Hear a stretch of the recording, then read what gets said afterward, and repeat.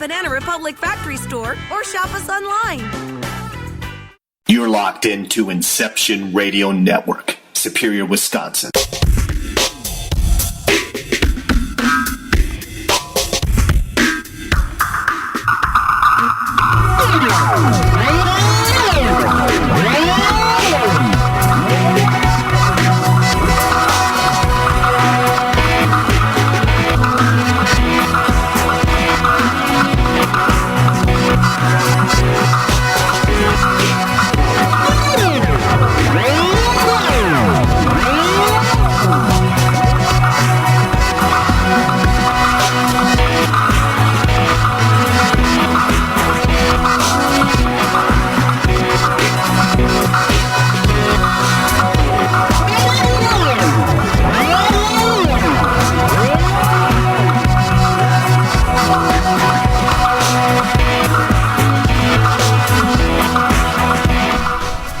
Hello everyone, welcome to Paraversal Universe on the Inception Radio Network.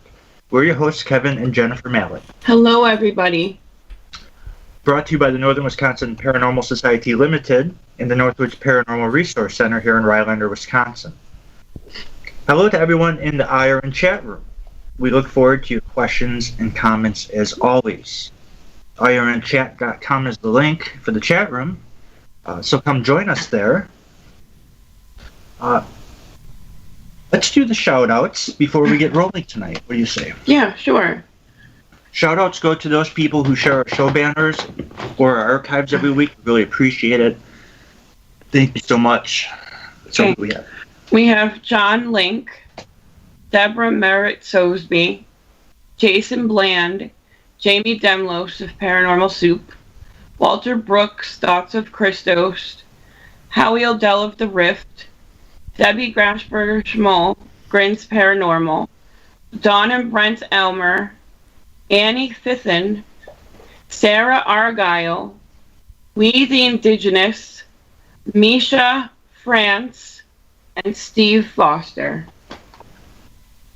Thank you, everybody, for sharing those around. We really appreciate it. And it's good to see everyone in chat tonight. A full chat room. Always good to see the regulars. We love seeing you guys every week. So, tonight, we'll say welcome to our season finale of Paranormal Blender News Report here in Paraversal Universe for the year 2017. Tonight, we're going to look back at some of the top stories from 2017, covering 8 categories of the unknown and unexplained, including ghosts and haunted places, aliens and UFOs, cryptozoology, metaphysics, theology, conspiracies, forbidden archaeology, and folklore and urban legends. If it's paranormal, supernatural, fortean, esoteric, or ultra-bizzare, then we'll cover it, because that's the thing to do.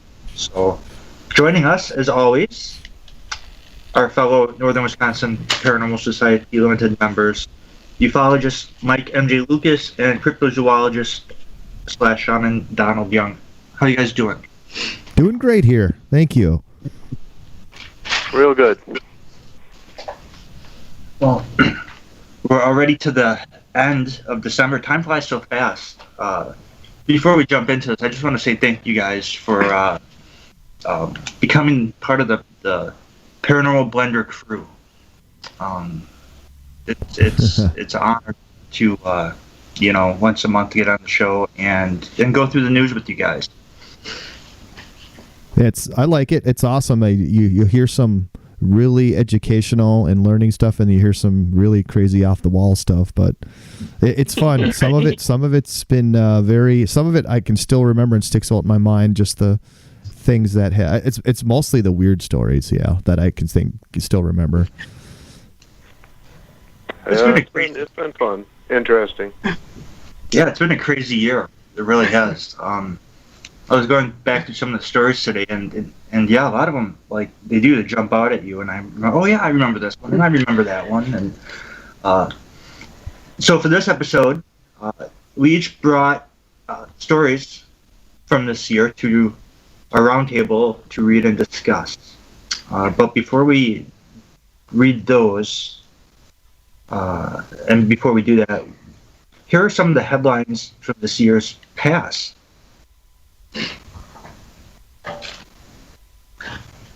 We have record year for Nessie sightings. Summerwind arson claims against the township. Patterson Gimlin footage film turns 50. 60 Chicago flying phantom reports. 2017 total solar eclipse. Mystery booms continue around the world. H.H. Holmes skeleton raises many more questions. Winchester Mystery House opens rooms to public for first time. Dead fish wash up shore all over the world. And artificial intelligence robots get citizenship in Saudi Arabia. And also, formation of the Scientific Coalition for Ufology, peer review, Journal for UFOs, USOs, and UAPs. The JFK files were released this year. Unknown civilization discovered in India. Shape-shifting vampire scare in Malawi. They were in the news a couple times this year. Mm-hmm. Yes, they were. The Share Initiative formed for the Bigfoot community, peer review. Microchips introduced to conglomerates. Chinese scientists teleport molecule into space. Oh, yeah. Yeah, that was one that stuck out. Mm-hmm. Ohio psychic sentenced to prison for fraud and stealing. 19-foot squid caught in Irish waters. And President Trump gets us out of the Trans-Pacific Partnership, which I was grabbed. So, and that's a lot of headlines. That's a lot of stuff. And there's even more than that. So why don't we start? I will take on the first story. We each brought, like I said, a couple stories with us, and these are stories that we didn't read on the list, but they're also relevant, and we didn't get to this year. This first one takes place right at the beginning of January. This is actually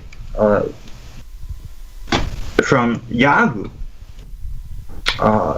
and usually I usually stay away from a lot of that Yahoo stuff, but with this, I heard about this, and I think this is actually very interesting. It's interesting for the paranormal community, especially I'd say the ones into spiritual warfare and the ones who smudge and do cleansings, and that is the world's last wild frankincense forests are under threat.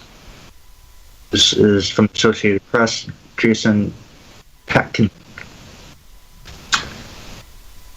Okay, in Grabo, Somalia. In a tradition dating back to biblical times, men rise up at dawn in the rugged Kalmadao Mountains of Somaliland in the Horn of Africa to scale rocky outcrops in search for the prized sap of the wild frankincense trees. Racing against high winds, Muscle Hassan climbs with his feet wrapped up in cloth to protect against the sticky resin. With a metal scraper, he chips off bark, and the tree's white sap bleeds into the salty air. Said, my father and grandfather were both doing this job, who, like all those around here, is Muslim. We heard that it was with Jesus. When dried and burned, the sap produces a fragrant smoke which perfumes churches and mosques around the world. Frankincense, along with gold and myrrh, was brought by the three kings as gifts in the gospel account of the birth of Jesus. But now these last intact wild frankincense forests on Earth are under great threat as prices have shot up in recent years with the global appetite for essential oils. Overharvesting has led to the trees dying off faster than they can replenish, putting the ancient resin trade at risk. Frankincense is something that literally given by God to humanity. So if we don't preserve it, if we don't take care of it, if we don't look after it, we will lose that, said Ishmael, Somaliland's Minister of Environment and Rural Development. The Kathmandu Mountains, which rise up from the Gulf of Aden in sheer cliffs faces reaching over 8,000 feet, are part of Somaliland and autonomous republic in Somalia's northwest. The frankincense trade is Somaliland's largest resource of government revenue and after livestock and livestock products. Harvesting frankincense is risky. The trees can grow high on cliff edges, shallow roots gripping bare rock, slithering with venomous snakes. Harvesters often slip and tumble down canyon walls. That's really interesting. Because like they said, so many churches and mosques around the world burn that. That's one of them things to where you wonder if they can make it synthetically, if it would be the same. I would think. I always believe that nature is more perfect, I guess, than what can blender up. But what a shame that would be to lose frankincense from the earth. I mean, if that actually happened. Oh yeah. Yeah, I completely agree. It's kind of just like with, it even goes out, take that a step further, look at like deforestation in general. This is just another example of something that's just... resources getting plundered. Right. And I don't think if they were able to make something synthetically, in my opinion, it wouldn't be the same. Nope. Yeah, usually never is. There's always like one little molecule off or something. They get close, but yeah, I would. So, what do you got? Okay, so my first article is something that recently broke over the summer, and it was for those out there who are familiar with Doreen Virtue. She was a huge pillar in the metaphysical New Age community. She wrote over 50 books. She made over 50 different oracle decks. She had a radio show. She had courses for angel readings and all kinds of stuff. And she actually shocked the New Age community by coming out and saying that she has become a born-again Christian. She had gone to an Episcopalian church and had actually had a vision of Jesus. And after that, she said that it affected her so much that she realized that what she did was not of God. So she pretty much just denounced the whole entire thing that she ever did. She's working on getting her name taken off of all of her decks, all of her books. She doesn't want any association with anything that she's done. And I have a short article here, and this is a statement from Doreen. And it says, "Hello, welcome to my webpage. I'm Doreen Virtue, and I spent my entire life learning about, practicing, and writing about New Age concepts. Then I met Jesus on January 7th, 2017, and got baptized for the first time on February 25th, 2017. I spent this year reading and studying the entire Bible, including attending church Bible study sessions and meeting with spiritual directors and saying lots of prayers." She goes on to say, "Some of the products and videos that I created prior to my conversion are still on for sale, and some are just now being released because it takes 12 to 18 months for a product to be published. With my older books and cards, once a product is in bookstores, etc., it's difficult to recall them from the marketplace. For those products which are not aligned with Scripture, I am doing the following. Some products have been or are being taken out of print. The holidays are almost here, but you can still treat yourself at Guitar Center with deals like a Fender acoustic electric guitar or a Mitchell electric guitar launch pack with amp. Your choice, just $139. Plus weekly doorbuster deals, special financing, the newest and hottest guitars, drums, keys, and more, and exclusive gear you can't get anywhere else. Check out our new location in Daytona Beach, located in the One Daytona Shopping Center. So hurry in and find your sound at Guitar Center. Or removed from the marketplace. My name has been removed from some co-authored works. The royalties have been and are being donated directly to the Hay House Foundation charity. I don't receive the tax deduction for this donation. Some products are being rewritten to be scripturally correct. So she goes on here to talk about her books, her cards, and her videos.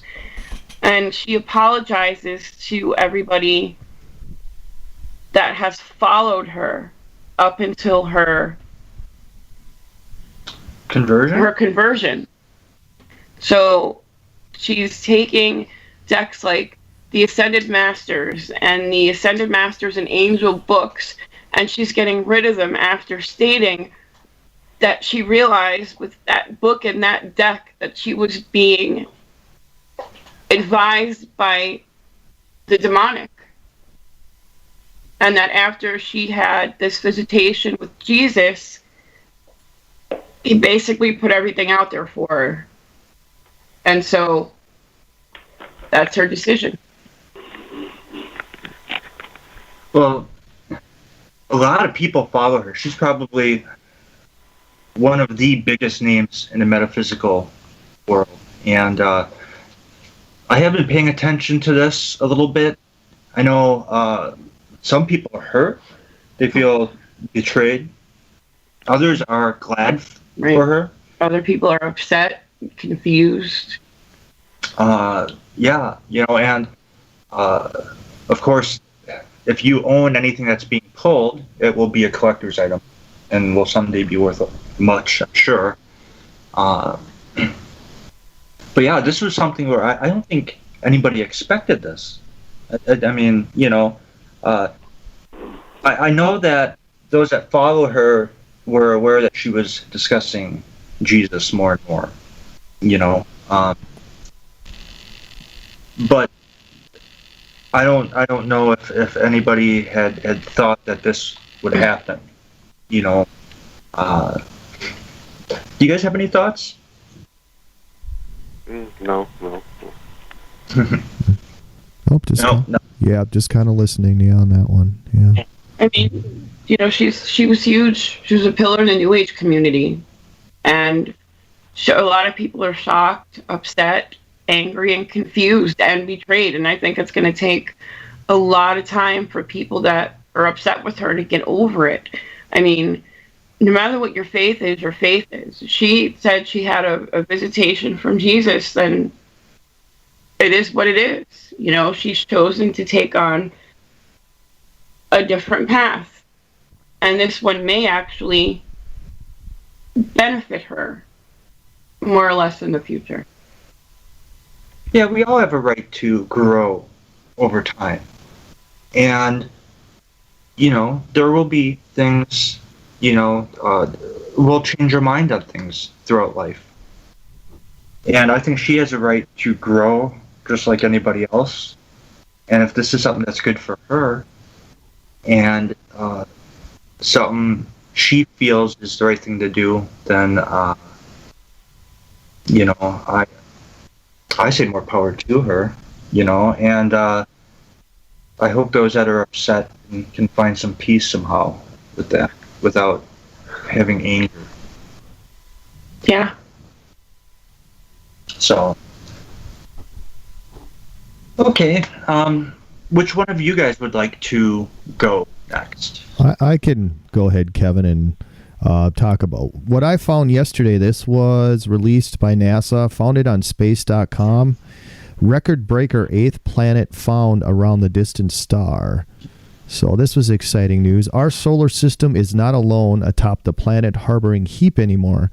Scientists have discovered another world orbiting the star Kepler-90, bringing that system's tally of confirmed planets to 8, the same number as the Earth's solar system, at least according to International Astronomical Union, which stripped Pluto of the 9th planet status back in 2006. I'm sure we all remember that when Pluto lost its status.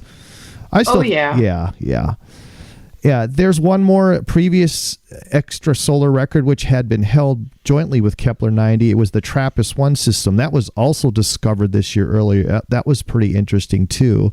The research team found the new planet known as Kepler-90I, as well as another world in a different system, after analyzing archival data from NASA's Kepler mission using Google machine learning techniques. So they're using Google. Just as we expected, there are exciting discoveries lurking around archived Kepler data, waiting for the right tool or technology to unearth them. Paul Hertz, director of NASA's Astrophysics Division of Washington, D.C., said in a statement, "This finding shows that our data will be a treasure trove available to innovative researchers for research to come." So it sounds like they basically discovered the planet itself, just by looking at more data after the fact. And I did read up a little more, Kevin. I guess these planets, the orbit of these planets around that star on Kepler, all 8 planets are within the orbit of what the Earth would be. So they're pretty close together around their sun. So imagine 8 planets from the Earth into the sun that are all orbiting at the same time. So it's kind of a mashed up, solar system. So that's real interesting. That is. And you'd figure a lot of them would be in the Goldilocks zone. Mm-hmm. At least some of them would be. Well, yeah, definitely. And that was one with the TRAPPIST system. They released that information. I believe they claim maybe 1 to 2 planets were in that Goldilocks system, and one of them was pretty close to the size of Earth. Being right in that zone. For perfect climate.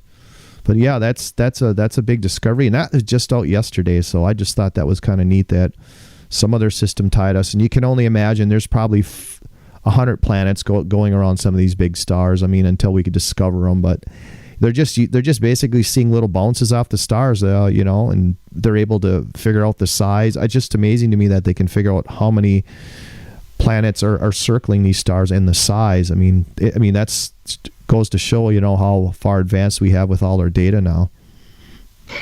It's funny that they rely on mathematics so much, because they use math on a lot of this stuff to figure it out.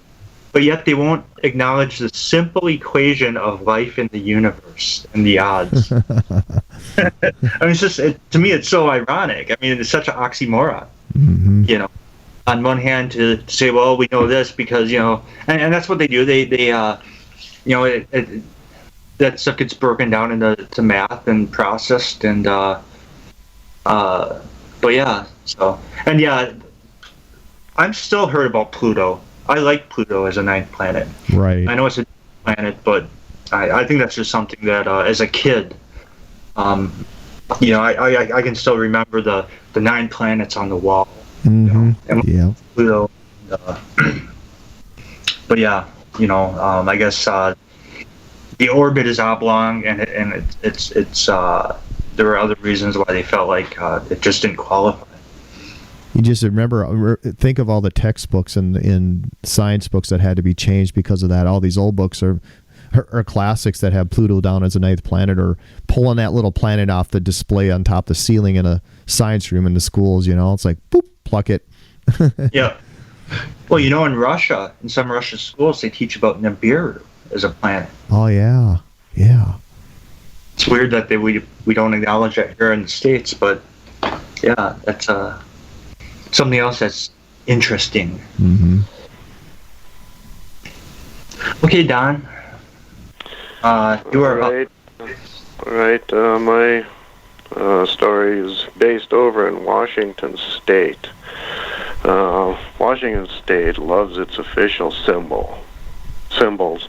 It has a state grass, blue bunch, wheatgrass, a state song, Washington, my home, a state gem, petrified wood, state dance, the square dance, a state fossil, the Colombian mammoth, and even a state tartan, but it doesn't have a state cryptid as of yet. And that's a shame because, as loyal readers know, we love cryptids and their grave sites, even if the subject does lead to occasional dubious claims. So imagine our delight at finding out that Washington State might soon elevate the forest yeti to a noble place in its pantheon of official state symbols. The idea is due, as so many of the best ideas in life are, to a second-grade boy. This one in State Senator Ann Rivers' district. Rivers recently received a letter from the boy asking her to make Bigfoot the official state cryptid, given that Washington is one of the most prolific generators of Sasquatch sightings in the country. Remembering how fascinating her own children had been by Sasquatch Rivers sightings in the country, she drafted a bill and introduced it to the state legislation on Valentine's Day. Senate Bill 5816, which would make Sasquatch the official cryptid or crypto animal of Washington, is a brief one. It notes that Sasquatch has made immeasurable contributions to Washington State's cultural heritage and ecosystem, and that the state of Washington further recognizes the importance of preserving the legacy of Sasquatch. In announcing her bill, Rivers said, "I am certain that Sasquatch, the most eminent and recognizable cryptid in North America, is a native Washingtonian, and being an official state symbol has to be a big step up from being in television commercials for beef jerky." As for critics who charge this is a waste of government time, Rivers argues that the state Senate is already moving quickly on its most important budgetary issues, and that her 3-paragraph bill could galvanize interest among children in the legislative process. The bill has been referred to the Committee on State Government. We hope its members will act quickly to advance this important piece of legislation. And yeah, I thought that was kind of cool. It's one more step at getting them recognized by government. Yes, that is very cool. And you're right, baby steps. I mean, if that's what it takes, and this is the first step. Like you said, now just having government acknowledge its existence is a big thing. Yep. Yeah, that's awesome. Yeah, I think so. And, what better year than the 50th year of the Patterson-Gimlin anniversary? Yeah. All I could say all I have to say about that is it's about time. Yeah. Well, it should have been a long time ago, and not just in Washington, but because of the Native American heritage that surrounds the Sasquatch. It should have been recognized long ago as a symbol of the people. Yeah, you're right. I mean, it is part of their culture out there. Yeah. And it's funny that it was excluded, actually, if you think about it that way. So, from that perspective, yeah, it's overdue, way overdue. So we're just about to our commercial break.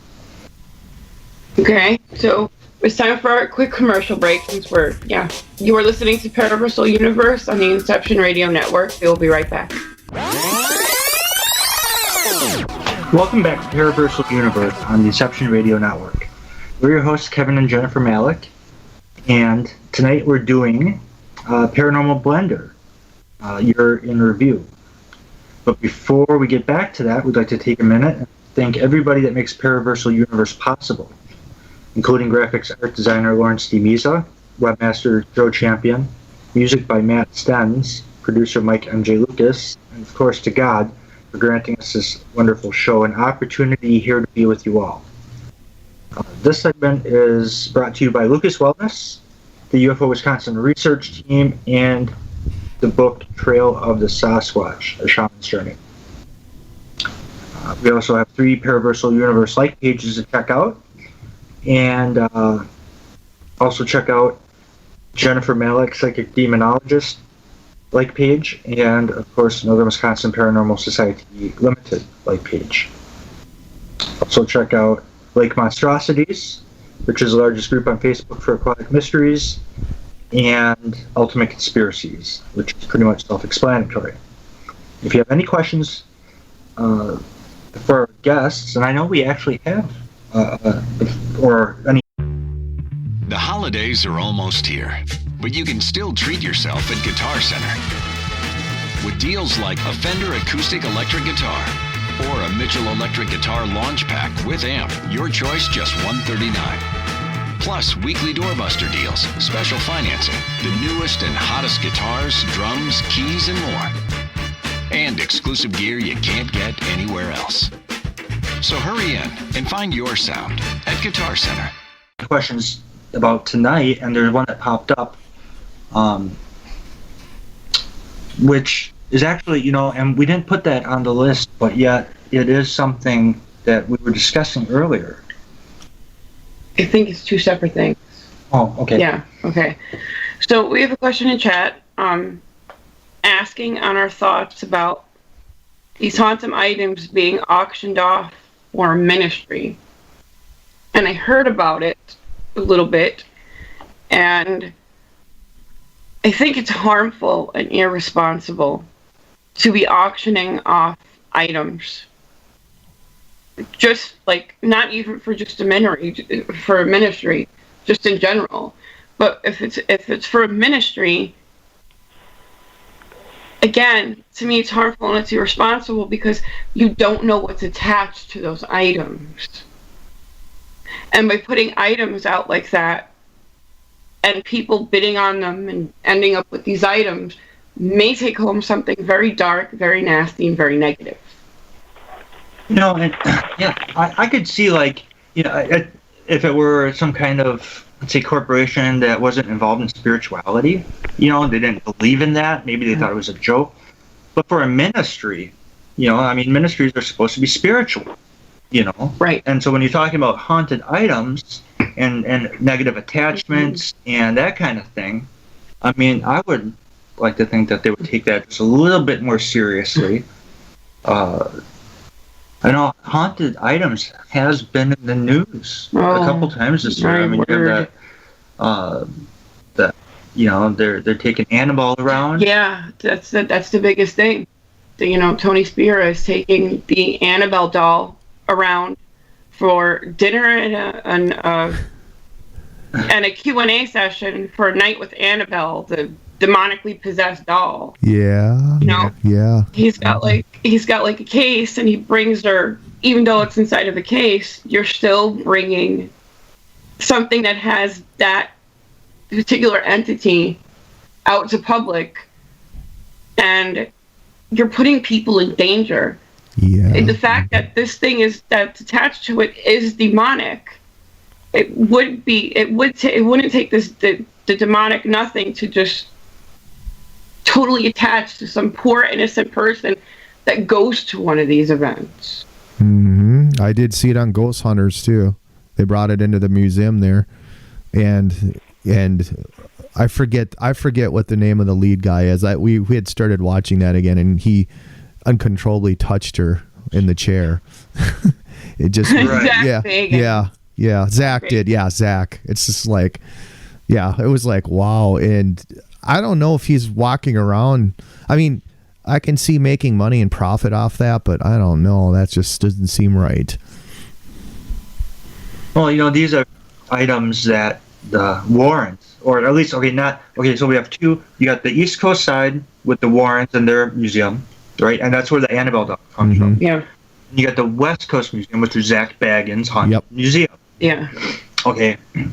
Now, the items on the East Coast were collected over time by Ed and Lorraine Warren on their cases. And these are supposed to be some of the most haunted, messed up items in the world. Right. Now, and Ed Warren was very specific about making sure they were bound, they were kept in one spot, away from general public. They even actually had, Ed, from what I remember, had a priest on site. So every time they brought something home from the case, they would have the priest bless it and do prayers over it, and then they would put it in a case. And I know that my guess, I don't know, I can't say I know, but I would say my guess would be that if Ed Warren were alive today, he would not approve of taking items out of the museum on a road show for profit and popularity. Yeah. Guys, on a lighter side, so how does he get Annabelle through the baggage claim at an airport? Somebody's going to be tossing her around and getting a hex on her butt. Just thinking about that. Just thinking about that. How does that get through the? It's like you open it up. Oh, it's a doll. Blah, blah, shake it. It's like, don't. I can imagine him going through there. Don't touch the doll. I'm like, get over there, sir. Stand over there. We'll have security with you in a second. I'm pretty sure that's how it reacts at airports because yeah, we were wondering that too. How are you going to sit there and have a doll in a suitcase and travel with it for carry-on? Like, how does that work? Unless he's driving, maybe he's driving it. I mean, he may. Yeah, I don't know for sure, but that thought came across my mind. I'm like, I'm sure he doesn't fly. I don't know. On the episode of Ghost Adventures, they made the comment saying that he flew in with the Annabelle. You're right. That's kind of why I thought of that. He did. And on the funnier side, I wonder for people that don't believe in this kind of thing would wonder what a grown man with a Raggedy Ann doll is doing in a suitcase. Yeah. Oh, God. To answer that other part of the question, but yes, bringing objects like that into your home could cause activity. Crazy. Well, I guess I'm going to start this segment with a news story that just came out at the end of November. And I know for me, and I'm sure for Mike too, this is a really cool thing. The story is from Mysterious Universe by Paul Seaburn, and its title is Turkish University has a major in ufology and ET encounters. I'm majoring in ufology. If I heard a young man say this, my first thought would be that you're on a football team and the science of daydreaming classes were full. However, if the young person showed an acceptance letter from Akstein University in Turkey, they'd be telling the truth, and their parents would be in for a big surprise. Aaron Gabassi told Dogan News Agency that he is offering the class because he wants students to be prepared for contact with extraterrestrials, including knowing the ins and outs of alien politics and galactic diplomacy. It's nice that he's preparing these young men for diplomacy rather than warfare, even though he sees this contact leading to the biggest chance seen in the world history. Well, what qualifies Urban Kobalsi to teach this program? He is the deputy chair of the Cyrus UFO Space Sciences Research Center in Istanbul, which was founded by ufologist Haktan Okangan, who is also the founder of the Istanbul UFO Museum, and will help provide background material for the courses. According to Dogan News Agency, the course is supposed to train students on the methodology and potential sources for finding UFO and ET information. Quote, we believe representatives from the world and extraterrestrial civilizations will soon be making official contact with each other. We think it will be an open in mass contact, end quote. Kabasi says that he expects this open mass contact to occur within 10 to 15 years, which appears to be a strange prediction since he and Okdan both seem to concur that alien contact has already occurred numerous times and will be providing the ufology students with information on cover-ups and secret files. Those cover-ups include the belief that aliens have crashed UFOs and have provided humans with advanced technologies, at least at the time they were found, like fiber optic cables, microchips, night vision glasses, and bulletproof clothing. Details on this information alone would be worth the price of tuition. No tuition costs were given, but Acton University is a major college with 31,000 students. So it's probably comparable to major public colleges in the U.S. But Bossy also hints that he may not be able to spill all the secret beans because of MJ-12 or Majestic 12, the alleged secret committee formed by President Harry Truman in 1947 to investigate and collect data on aliens and UFOs and later suppress any information and data. Would you take a class like this if it were offered at one of your local colleges, even if you weren't on a football scholarship? Does that guy sitting next to you look like the Tom DeLonge? Would you be concerned that the person following you back to the dorm wasn't a creepy freshman but an MJ-12 Men in Black? Just to be on the safe side, you might want to purposely fail that class. Right. I mean, aside from the pretense of that we're going to be contacted en masse, I think it's wonderful, personally. And Mike, of course, I'll let you speak for yourself. But as a ufologist, for me, I think it's great that there is academic acknowledgement, and that now that one college is offering a scholarship, or not a scholarship, diploma or degree or whatever in a master in ufology, that you know, that opens the doors for others, and that, and most importantly, technically speaking, ufology is no longer a pseudoscience, because this is an honored university, a world or an honored college, and so I think that's cool. I think it's refreshing to see something like that out there finally. Yeah, and I think that's where the our country's missing the lead on this. They're still using it as a pseudoscience crackpot investigating people, but as you can see, other countries like Turkey and like France releasing files all the time, Great Britain releasing files to the public. We release files to the public, but as you can see, most of the documents are blacked out with about 3 words on them. I mean, yeah, it's nice to see that it's being taken seriously somewhere else, and I'm hoping someday, over here we'll be able to deal with it in more of a scientific term, or work with a college. There's a major, all of a sudden something crashes. Of course, your government's going to get there first and rip everything out, but then all of a sudden the scientists or the professors come from the local college. It's like, hey, let's investigate this. That would really be a neat way to look at it in the future. You can definitely bring academics into the paranormal field. We do it. The NWPS does it.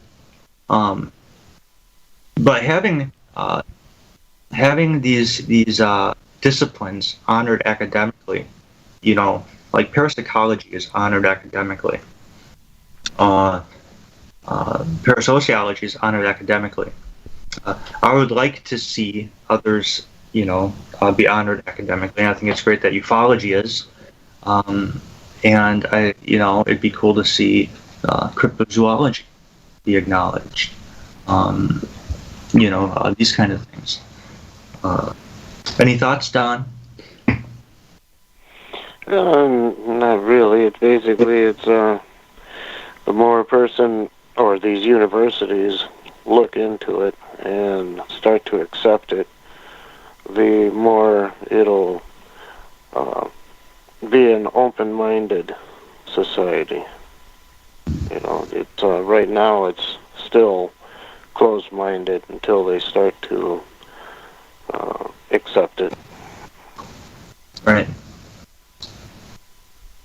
So yeah, I thought that was pretty cool. I thought that was worth bringing to the show tonight. Oh, definitely. All right, so for the next one we have here, and this falls under religion, Lord's Prayer. Pope Francis calls for change. And this comes from the BBC on December 8th of 2017. Pope Francis has called for a translation of the phrase about temptation in the Lord's Prayer to be changed. The current wording says that "lead us not into temptation" is not a good translation because God does not lead humans to sin, he says.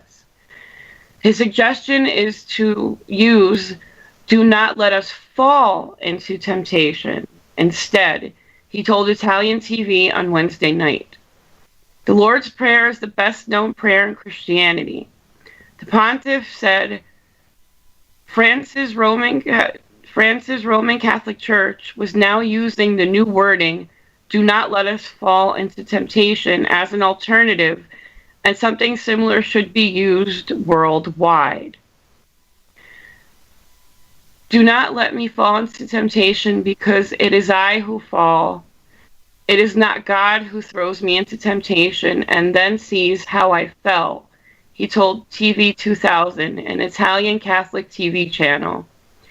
A father does not do that. A father helps you to get up immediately.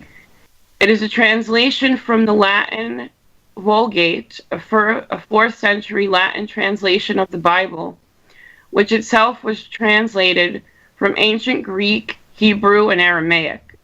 Since the beginning of his papacy, Pope Francis has not shied away from controversy and has tackled some issues head-on, Vatican observers say. He has previously said the Roman Catholic Church should apologize to gay people for the way it has treated them. He has also compared European migrant detention centers with concentration camps. Well, when I first heard this, it concerned me a little bit. Excuse me. But, my first thought is, on one hand, the Bible over time has been changed so many times, the translations.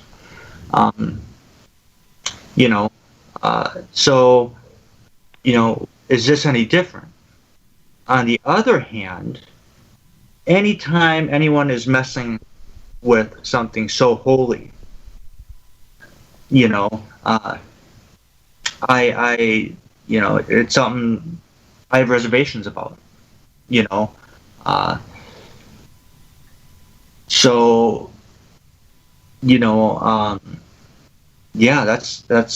that's interesting because the Lord's Prayer is used in deliverance or in exorcism. Right.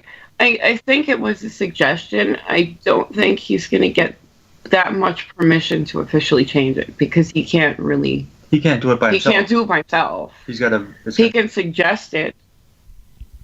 And as far as the other things that were mentioned in the article, he said a lot of the stuff that he said off the cuff.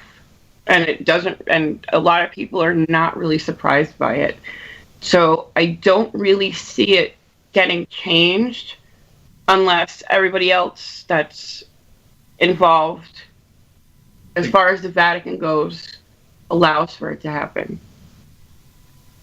Well, I know that, and many would say that this Pope is probably the most liberal Pope to date. Now, does that go for the whole Vatican? I don't know, but yeah, that's a big deal, changing the Lord's Prayer. I mean, like you said, that's the most popular prayer in Christianity. And, anytime, you mess with something even a little bit, you gotta hope that, again, is there, was that even, I talking to some people, they said, well, he's changing it back to the original. Like that was the original. So,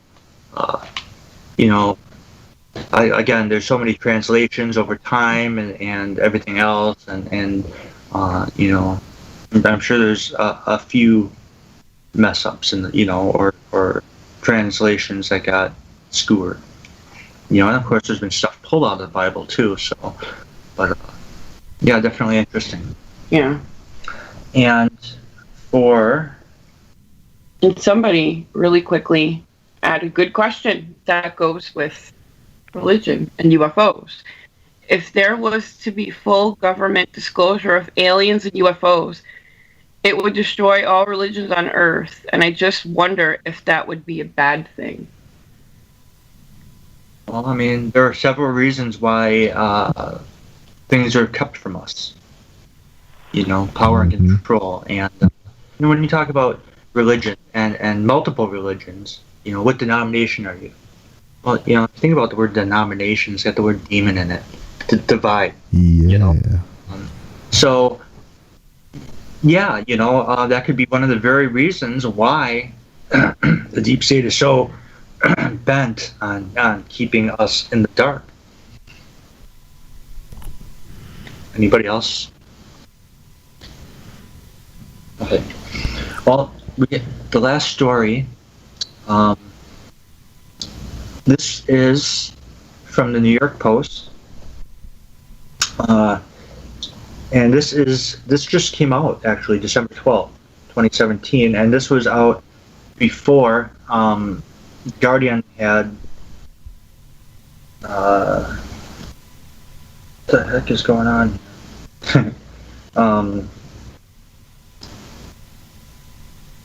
Excuse me, I'm sorry.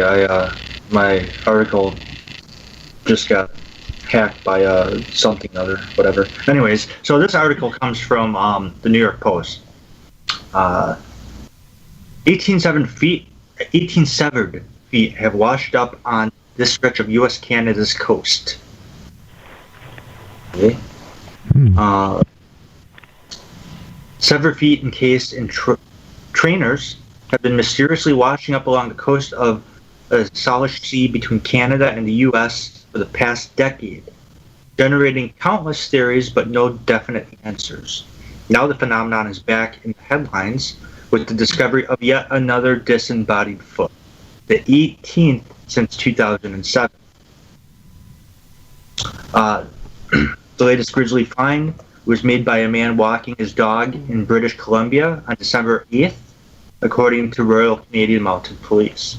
The pair was strolling on a beach in Jordan River, 18 miles northwest of Suki in Vancouver Island, when the animal came across a foot with part of the leg still attached inside a trainer, an RCMP spokesman said.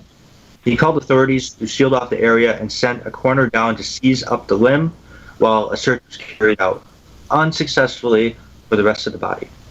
British Columbia Coroner Services spokesman Andy Watson said a preliminary analysis indicated remains were human.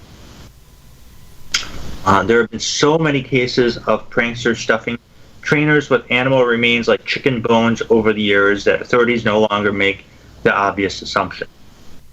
The coroner will now work to determine identity of the deceased, how the person died, and whether it was accidental, a suicide, or a homicide. The first severed foot was found on August 20th, 2007. It was a right foot, size 12, encased in a shoe made in India. Authorities were able to link the foot to a male who suffered from depression, concluding he was most likely committed suicide in or near the water. Of the 18 feet and shoes found, only 2 have been matched together. On February 7th last year, a hiker found a running shoe that contained a human foot and a sock at the Botanical Beach near Port Renfrew. 5 days later, a beachcomber found a second running shoe and contacted authorities.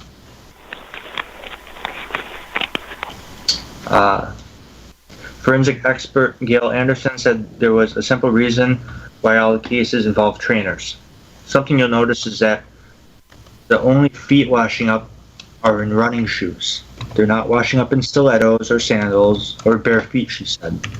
Air pockets inside the trainers make them buoyant, she said.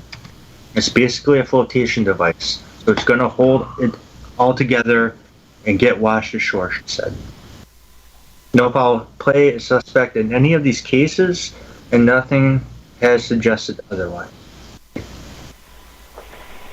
So, any thoughts Well, I myself believe that even though they haven't found any foul play, I think there would have to be. It's something like maybe it's a serial killer that just hates joggers.